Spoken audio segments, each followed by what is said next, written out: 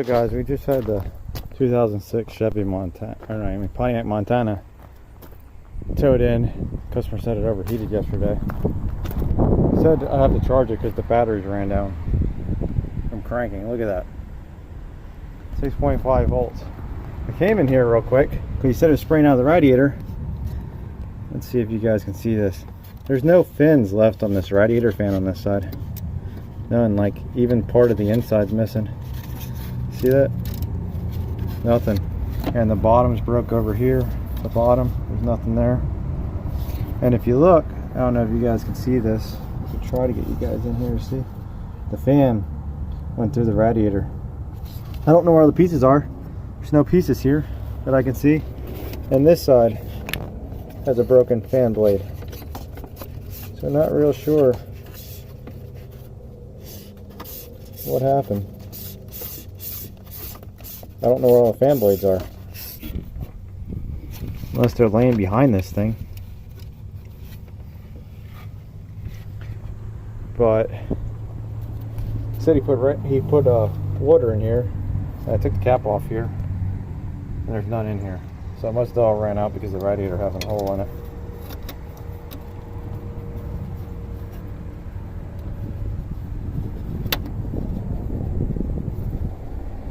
So I'm going to get this charged up and then we'll do a compression test on it.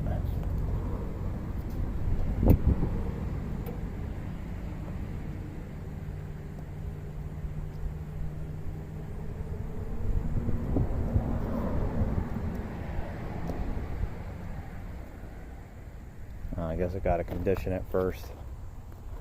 But yeah, I got this piece, which I think is the outside part of the radiator. So we'll see where this goes.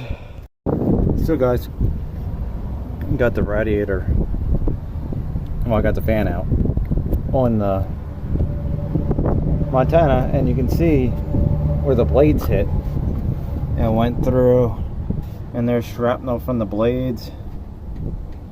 It's pretty chewed up on this side.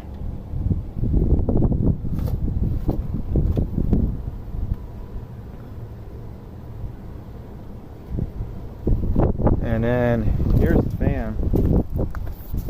Well, there is no fan. See? There's nothing here. And I thought it broke out this piece, but it looks like it might have been supposed to be like that. Because there's no like signs of it. And this side's the same way. There's like no fins down in this corner. But yeah, this one's missing a chunk right here. So yeah, that could have been a problem. I wanted to bet you something went into this fan somehow and just busted it up.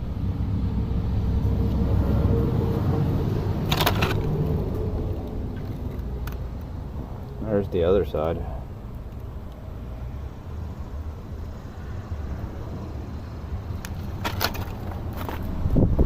It's kind of exciting.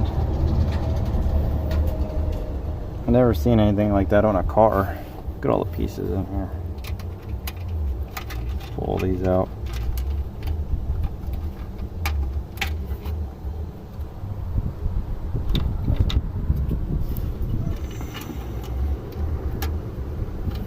I'm just surprised. Oh, there is a bigger piece down there. So there's those pieces.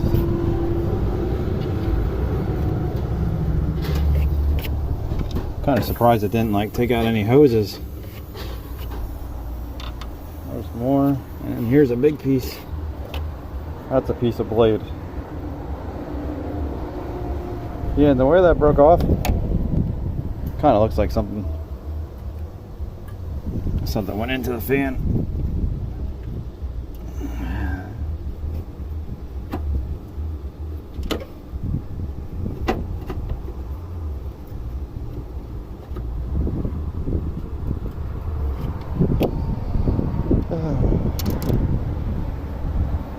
Because it just disintegrated. So I'm gonna get this radiator out, and hopefully there's no damage done to the motor. So guys, I got the radiator out so you guys can see it. Make sure you're not upside down. You can actually snake it out without disconnecting the AC. If you undo this bracket right here, you can move the bracket out of the way because you can't really get it out because it's behind there. And you can undo this bolt down here real easily, and then you can slide the whole thing to the left and then snake it out. You just got to unbolt the battery so you can push the battery over, and it comes right out, and you can snake it right up without taking the air box off, because they say you have to take the air box off. There's like a bunch of stuff that they want you to do. The only thing that I had to do, which you probably saw earlier, was I undid the motor mounts from the radiator support, flipped them up. This one I had to take off because I thought it was going to be in my way. It made it a lot easier to get this stuff out of the way right here. And then there's our radiator. So you can see all the fins, all of it damaged right here, where pretty sure that's where it was leaking, right there, that one especially. So the fan definitely went into there, no question about it. Just waiting for the new one to come. And here's another piece of the fan. I'm sure you can find pieces for days in here.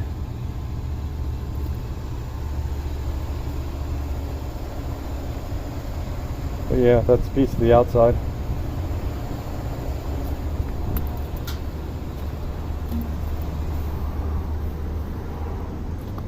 So when I get the new one, I'll show that then.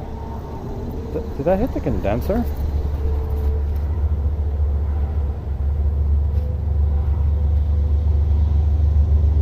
No, I don't think it hit the condenser. I don't know if this thing was leaking, because you can see some. Might be hard for you guys to pick it up, but you can see some dye. Probably hard to see. There's a little bit of dye to the right side of the fitting. There you go. A little bit of dye, it looks like.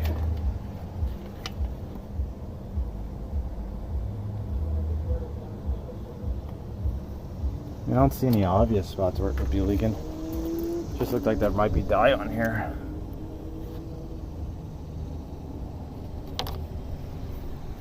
No idea. He didn't complain about the AC not working. So we'll get the new one in here and we'll go from there. One thing at a time. So guys, I got the new radiator fan and radiator. These are looking pretty nice. I compared them to the old ones. They look pretty much the same. So I'm going to get these put in, and then hopefully we'll fill it and see how it works. So guys, I got the new radiator and fan hooked up. Pulled a vacuum on it. So for about like 10 minutes now, it's been sitting around like 27 inches of vacuum.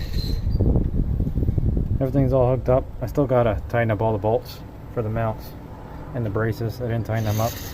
Just wanted to make sure there was no leaks, so now I'm gonna fill it. And then I'll start it up and we'll see if there's any leaks. You guys never used an airlift tube. These are nice because you can pull a vacuum on it and you don't have to switch lines. So you can just go and just fill it right like this. The first airlift, the brass one, you have to switch, but this plastic one, I've had this now for like 2 years, maybe 3. Works great. I use it all the time.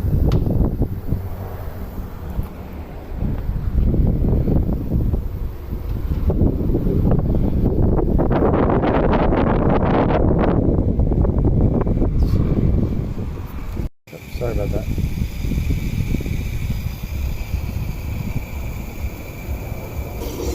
Crap. That's what you don't want to do. You don't want to let it run empty. Let's turn this sideways, because you can't pull a vacuum on it once you have coolant in there.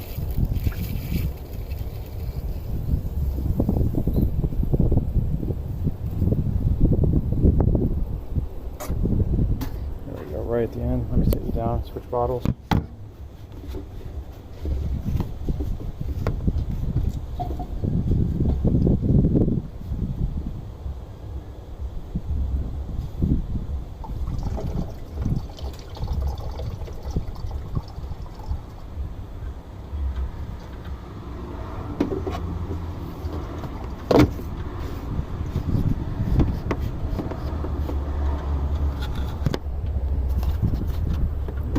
this one back up.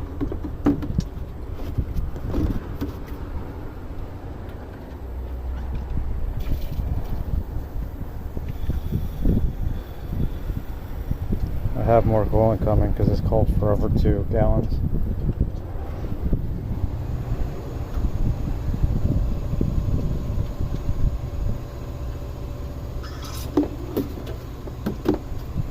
Guess that was all of that one. It wasn't a full gallon either. So I gotta wait for more to come. And we'll finish this. Oh, I don't knock this over. Here's a little tip. You go around with a mirror. This one's probably going to be a little hard to show you, but you can go around with a mirror and you can check to make sure you put the trans lines in right. We're all the way. Let me come up here. This one's easier to show you guys. So if you take a little inspection mirror and a camera, and all you have to do is reflect the light off the mirror. Here we go. Now we can zoom you guys in. Sorry about that. The light keeps moving. It's hard to film this and show you guys. Let's see. So there you go. And we move closely. There's 2 ridges on here. There's a small ridge on the outside, and then there's a big ridge on the inside of the trans line. So these are all the way in. You can kind of see it on the bottom.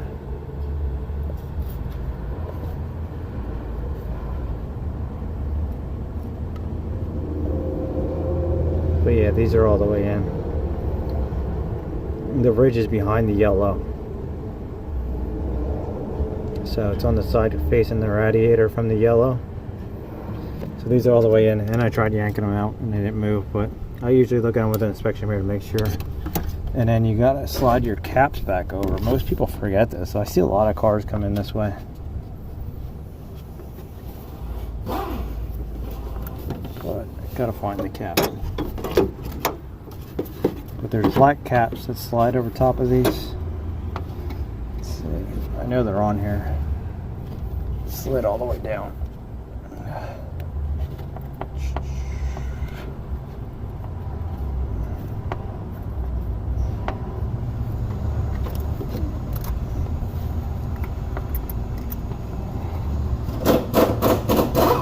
Let's see.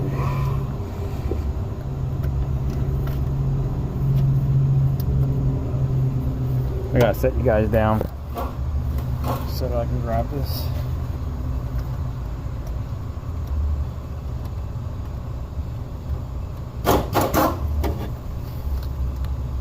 There we go. So these are what I was talking to you about. These little caps. These will keep the clips from expanding and coming out, and they snap over top. Sometimes they're a little hard to push on.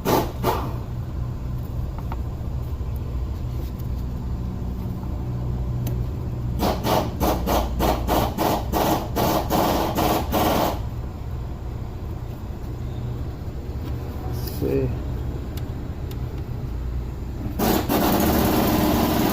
I don't have it on all the way, but you'll be able to see what I'm talking about. These, just slide them all the way on. Sometimes you gotta twist them a little bit, but it'll keep the spring clip all the way down, and then your line can't blow off. So guys, got everything back on the Montana. It's filled with coolant. Got the reservoir full. We're gonna use the DIAGUN. We're gonna go underneath. I think. Oh, you know what? We probably have to go. I select the GM. We should probably go into Pontiac.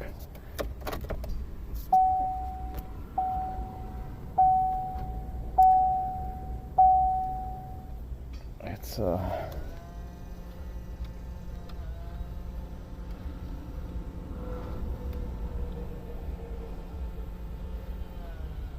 I gotta wait for this to connect, or Do whatever it's doing. Yeah, we can't even go back yet.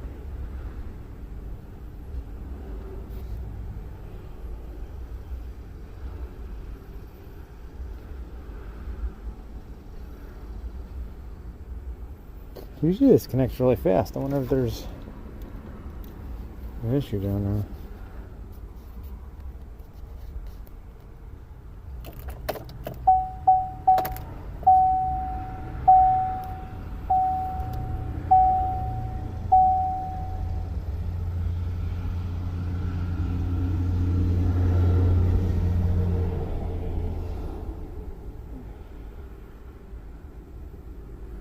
Go back into it.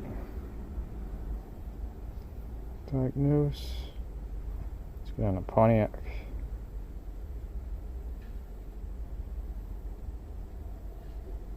Oh, this is European American.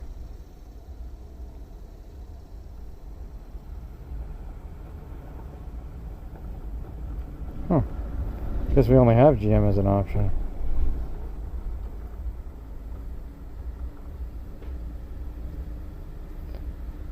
Yeah, wasn't sure if there was a Pontiac on here or not. I'm blind.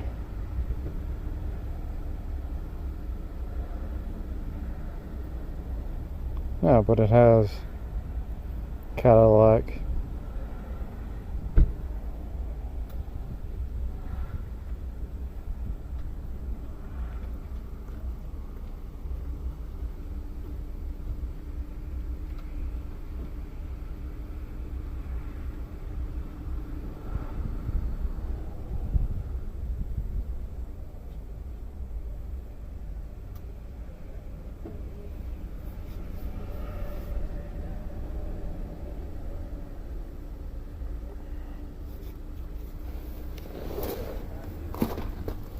I'm wondering if there's like a fuse missing or something that this ain't connecting. Let's go a quick try it on my truck. Oh, there it goes.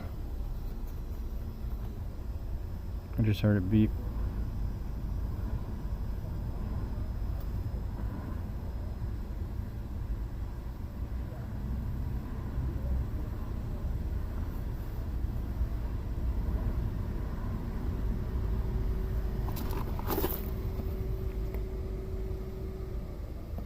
This thing should connect pretty quickly. It is lit up.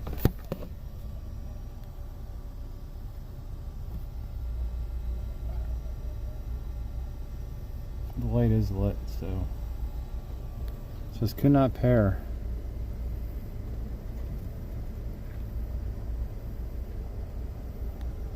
Guess I'll have to come back to this. I think I'm gonna go try it in my truck, see what happens. Okay guys, not sure what happened there because now it I took it over to my truck and it connected right away and said, would you like to pair? So I don't know how it came unpaired. I mean, this customer also complained about this thing.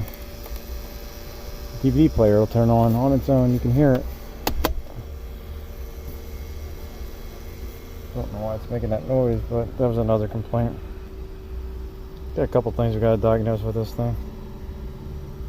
Okay, so write the VIN, go in the system.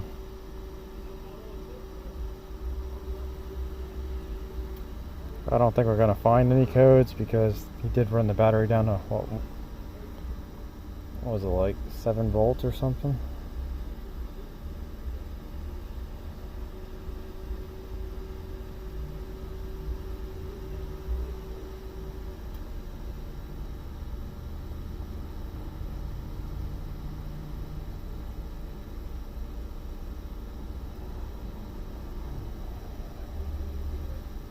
What I want to do is I want to command the fans on.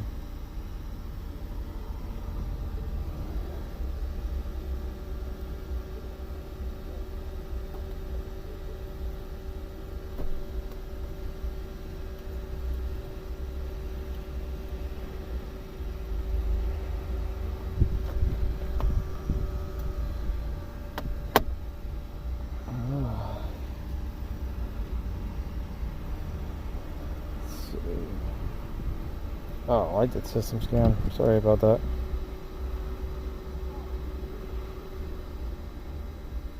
Let's go back into this GM.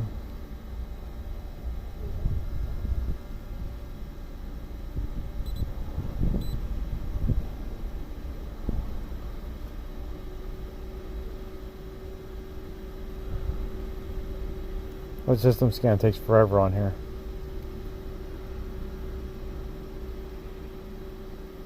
Let's go under the system selection. I just want to go in the PCM.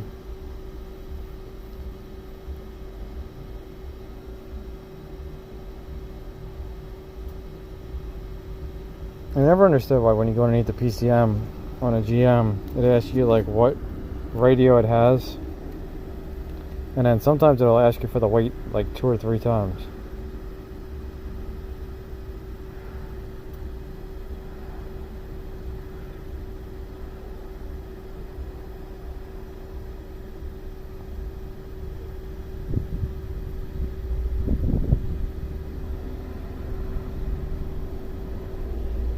No trouble codes.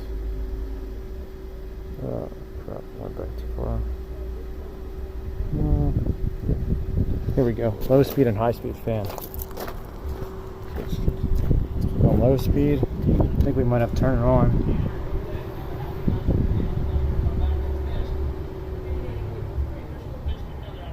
Let's see, I'll turn this on. There we go, we got our low speed on. Turn it off.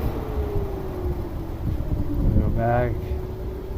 We'll do high speed.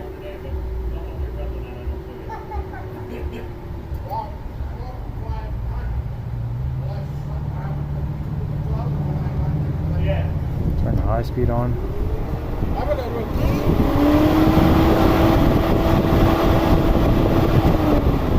Got low speed and high speed. So now what we're going to do is we're going to go underneath, read data stream. So we'll do cooling, engine data. We'll do runtime, engine speed. We'll look at the commands.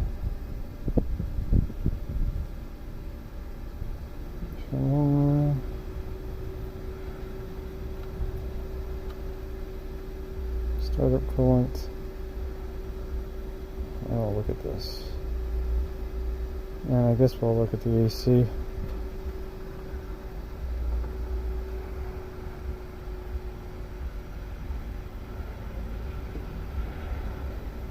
think that's all we need.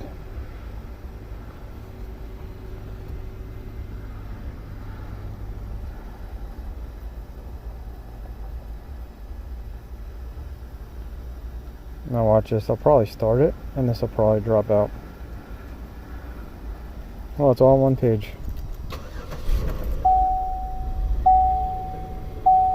Man, that is loud.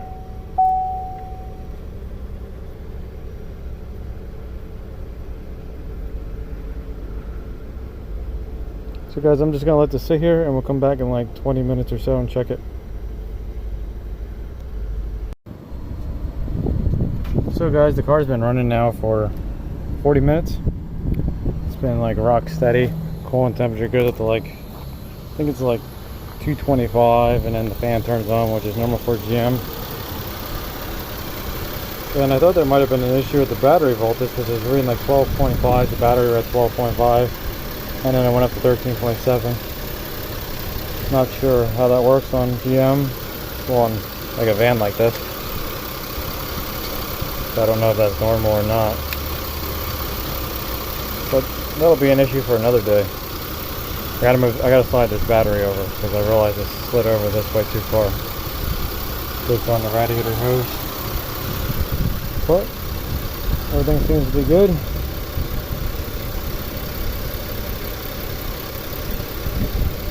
The only other thing that I noticed is that the air conditioning relay doesn't turn on, so I'll probably put that in another part. I'll see what they want to do. Hope you guys like this. See you later. So guys, I came into the car looking to see why the AC was not working. disabled because of pressure. Look at the high side. 25.7 psi. It's just disabled. So there we go. Now we know why it's disabled.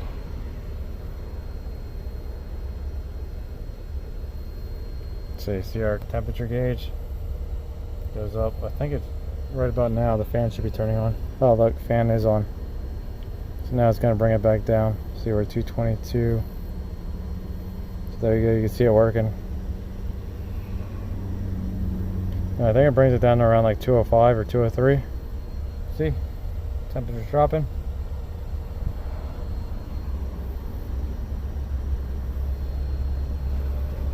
$212.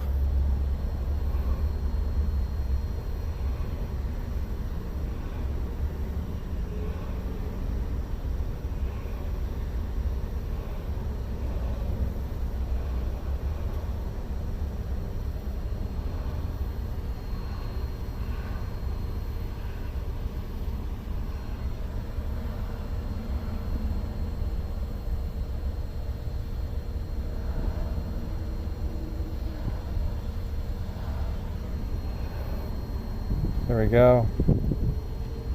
199 is what it brought it down to. Figured I'd add this in there for you guys. See you later. I guess we'll add another small update to this. I added just a little bit of Freon and some dye, and whatever damages radiator, I think might have damaged the condenser too, because the condenser's leaking. Right there, you can see all the dye running down. See it? Like it's just dripping. I only added a couple ounces of Freon because it was at 25 psi. I added enough to turn the clutch on. And yeah,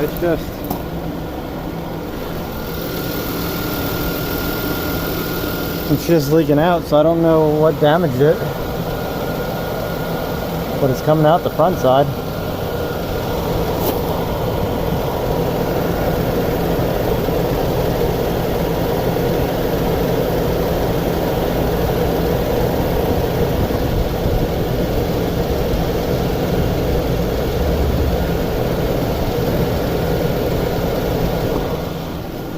So I'll have to see what they want to do. But it's been running now for like an hour.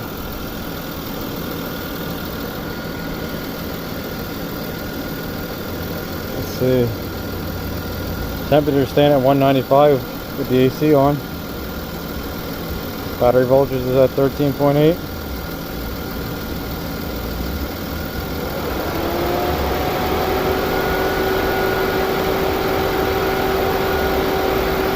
So I'll have to see what they want to do. See you guys later. So we're back with the Montana. Here's the old condenser in the car yet. You see it's all wet on this side. Doesn't look like there's any damage though.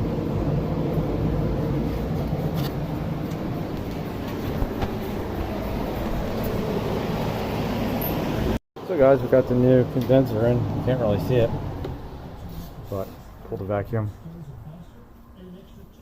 Seems to be holding. I'm gonna fill it tomorrow. See if it holds overnight.